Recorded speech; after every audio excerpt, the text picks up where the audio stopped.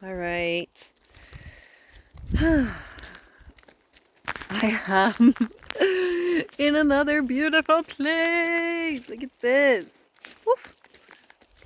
I'm falling over my dog.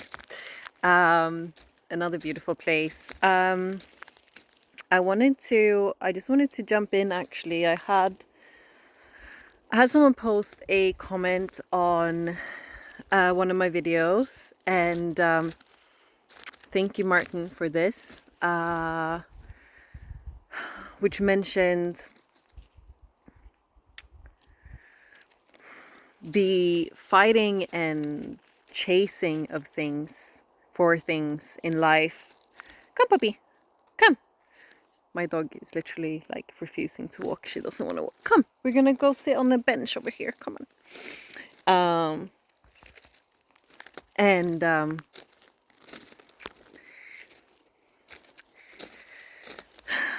mentioning of the yearning and fighting for having things in life that we want, and also saying that, like, is it never enough?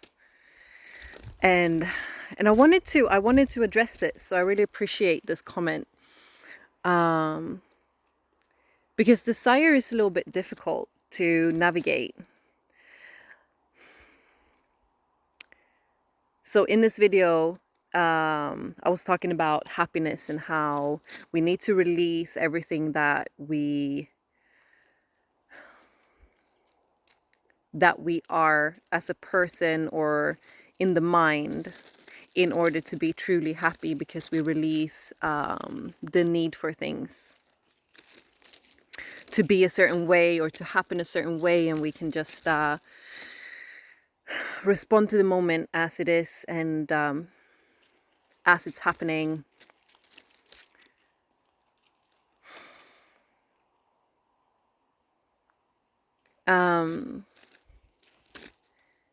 And I just firstly wanted to address this, because what I'm talking about in this video, it's the how to be happy video.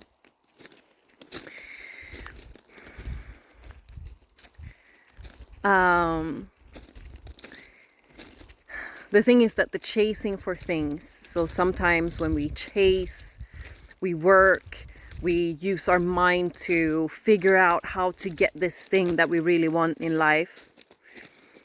Sometimes we get it, sometimes we don't. Some of us get more of it that way, others get less. But ultimately, we all realize that having things and having success, whatever we want to call success in the world, it doesn't make us happy. It will never make us happy to follow the desires of the mind, to fulfill these wants that we have. So in this comment saying like I've been fighting for things that I want and I'm not getting it, and and that hurts. Yes, it fucking hurts. Like, it hurts. It hurts when we want something and we want it so bad, like in our hearts we want it so bad, and that kind of want is coming from this this belief that we are not enough, that we don't have enough as we are already, and we can't be happy until we get this thing, whatever this thing is, right? And what I'm saying is that even when we get this thing, even if we would get this thing, yes, we would be happy for a while, and then we would be unhappy again, because this desire isn't coming from our heart and our soul. It's coming from our mind. Come up, come. And how do I know this? I know this because when you have a desire that is in your heart and soul, and you are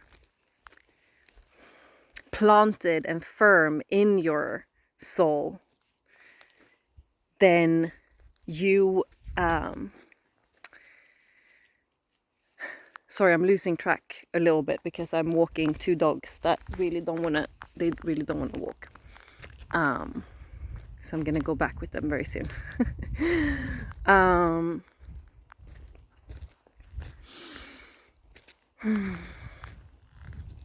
When we are planted in our soul and we have a desire that is rising up from that place, we know that it is a desire that isn't, it isn't a matter of life or death if it happens or not. You know, we're not yearning for that thing to happen. We're not putting the value of our existence into this thing happening or not. And rather it's a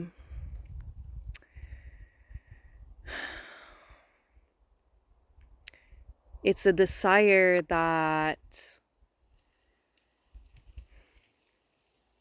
is a reflection of the natural way of the soul to continuously be evolving and moving. So it's not a need that is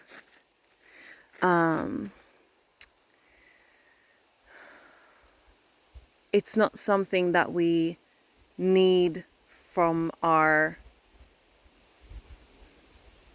desire for something to be or something to happen. Rather, it's a desire that naturally arises when we're in a state of just balance and in contact with ourselves and in contact with our heart and our soul rather than our mind.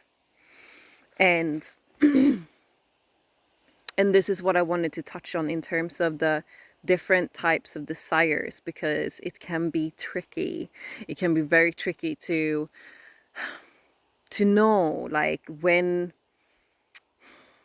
you know, like, is desire bad? Should I not have desires? Yes, you should have desires. It's just that you will know if you feel that gnawing, like sadness, you know, from the desperate needs to have this thing, then that is not your soul speaking. That is your mind believing that it needs something in order to be happy. But when we silence the mind and we practice being in our true self, in awareness and in our hearts, and we listen to the voice that arises from that place, and we get a desire to grow, a desire to move, a desire to do something, then that is coming from the true desire of your soul. And that desire will also very often be something that will be of service to others as well. It's not something like, I want a new car and I really want it, right? It's it can be a new version of yourself, you know, like it can be a different way of living, it can be a different job, it can be a very special experience that you're really longing for. But as you step into that experience, it will become apparent that this experience is not just serving you, it's also serving other people in some way. Because when we have true desire, it's not about ourselves. Our true desires come from our soul, and our soul is connected to everyone and everything. So everything that your soul wants, the whole world wants. And this is also a key thing, because when we want something from our true desire, it will be so much easier to have that come into existence, because all of a sudden everything is on our side. And that is not to say, you know, that people use tools of manifestation to create and have things come into their lives. That's absolutely fine. I don't really, you know, I don't super dabble in that. I have played around with it just for fun, but there's nothing wrong with that. But the desire usually that we manifest, when we manifest things, or a new house, or whatever it is, that's beautiful, if we can do that for ourselves. And there's nothing wrong with that, but it's that is a different desire from the soul desire. And the soul desire, even for someone who doesn't know manifestation practices, you will still be supported in your manifestation of that desire, because it's bigger than you and it's more than you, and the whole world is supporting you in that.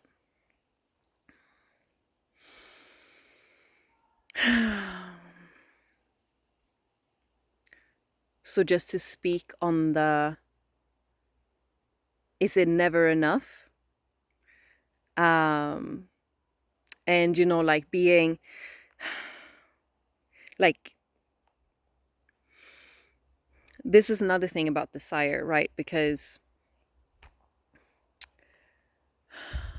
when we think that desire is bad, we think that we have to be happy with what we have right now. And these are kind of like cliches that have been thrown around by religions and all different kinds of people for such a long time. That's like, be happy where you are, right? Like, be grateful for what you have. And 100%, yes, be grateful for what you have. It is the first step to moving into something different and something new, to be grateful in the present moment. And for those who know manifestation practices, that is lesson number 1, right? But it's lesson number 1 for all of us. But because of these cliches and because they have been thrown around for a while, they become this stale comments, right? That is more like a rule, that is more like something that's being put onto you as like do this or otherwise you go to hell, right? Like one of those things, like be happy with what you have, and you shouldn't want anything else. And that's not the point. That's not the point of be happy here and now, So when we say like, oh, I have so many beautiful things in my life, yes, practice being happy with what you have, in the sense that, take a moment, like take a moment out in the day to stop and really look at what is it that you're grateful for today. When I do my gratefulness practice, one thing that very often comes to me is like, I'm really grateful for my bed, usually because I do my journaling in bed. So I'm sitting in my bed and I'm like really comfy, and I love my bed. Like, I absolutely love my bed. And it's something that keeps coming up, and it's something that might seem really small for some people, but this is my point. Like, you can have certain things that are just small things, but that you really truly are happy to have and that you're grateful for having. And that is where we start. Like, we start looking around in our life to look at, what am I honestly, authentically, genuinely really grateful to have in my life. And the more you think about it, the more you think about what am I grateful for, the more you will find to be grateful for. And this is how it like builds momentum, and it really creates a positive change in your life. And that is the point when we say, like, don't I have enough already? I'm sure you do. Like, I'm sure you do have so many things to be grateful for. So be grateful for those things. But that doesn't mean that you don't have the right to want other things as well, that you don't have the right to want to expand and grow. We're all here to expand, to evolve, to grow, to expand our consciousness, to live in happiness. Happiness is our natural state. We're meant to be in happiness, but we're not meant to be chasing external things for our happiness. Our happiness is inside, and you can always find your happiness. And this is another thing, if you can find happiness here and now and stay in that state, then you can create anything that you want. If you want a more luxurious life, then that will come to you, you know, and it will come more easily because you don't feel like you have to have it. You don't need it. If you still want it, then trust me, it will be easy to bring that into your life. And we all deserve to live however we want. You know, some people want to live in a tent in a forest. I could 100% do that. I would be very happy.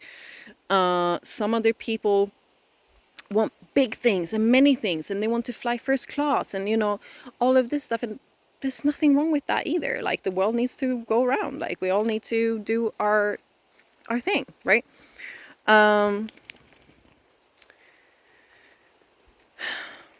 So that brings me to the second point here, which is, or the third maybe point, which is that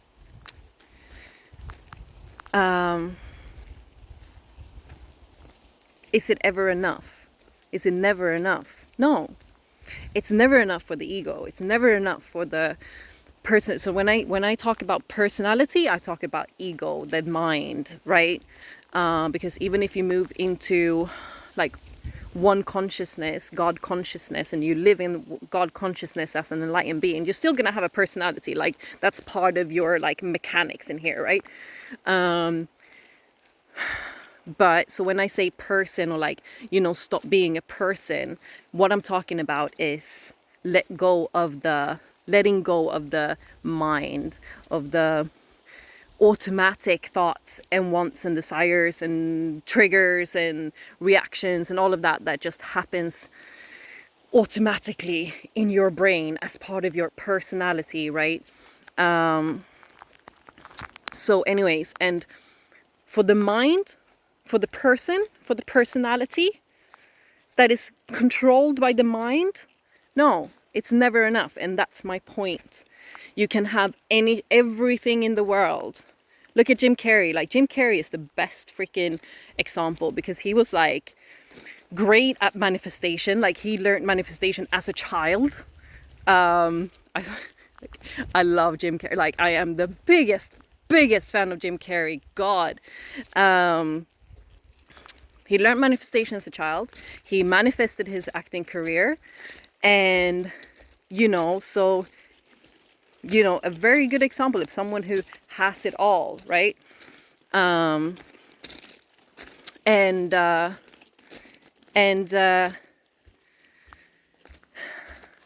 then he realized, you know, I don't know his whole story, so I'm not going to, but from what I've heard, it's like, you know, he realized that like the role Jim Carrey, that's what I'm saying, like the person, he realized that like this person Jim Carrey is just another role that he's playing, right? And he kind of like found the expanded consciousness, God consciousness, through that. And he realized that that's what makes him truly happy, right? His success, his massive success, you know, money, all this stuff, like, it didn't actually make him happy. So the mind is never satisfied, never ever satisfied. It will always be looking for more, and is satisfied for a very short amount of time. And I think that we all know this, you know, when we have gained something that we wanted, whatever it was, yes, we're happy for a while, we're celebrating for a while, and then it's just very quickly starts to become stale and dead, because the mind always wants more. Whereas when we step into the other side of consciousness, the expanded consciousness, it is always enough.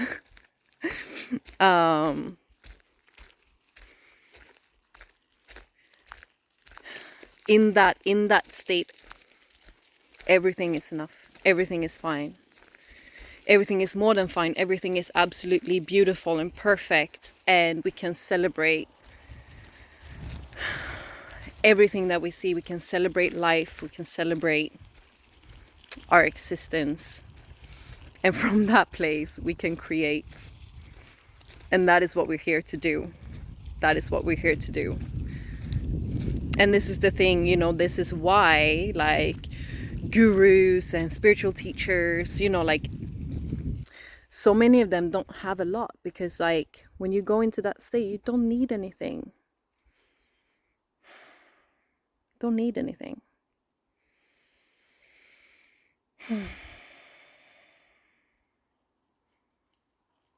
And when I uh when I look into what I want, all I want is a space, a house, a living space where I can have my silence, where I can teach, where I can be close to nature, just have those things that I appreciate and that brings me closer to my heart. But who knows? This is the thing as well, it always changes. It always shifts and changes. And nothing is ever permanent. So the less we hold on to, the more we get from every day, you know. Just allow every day to be a new experience, a new expression of this world, of your life, of you. All right. Satnam.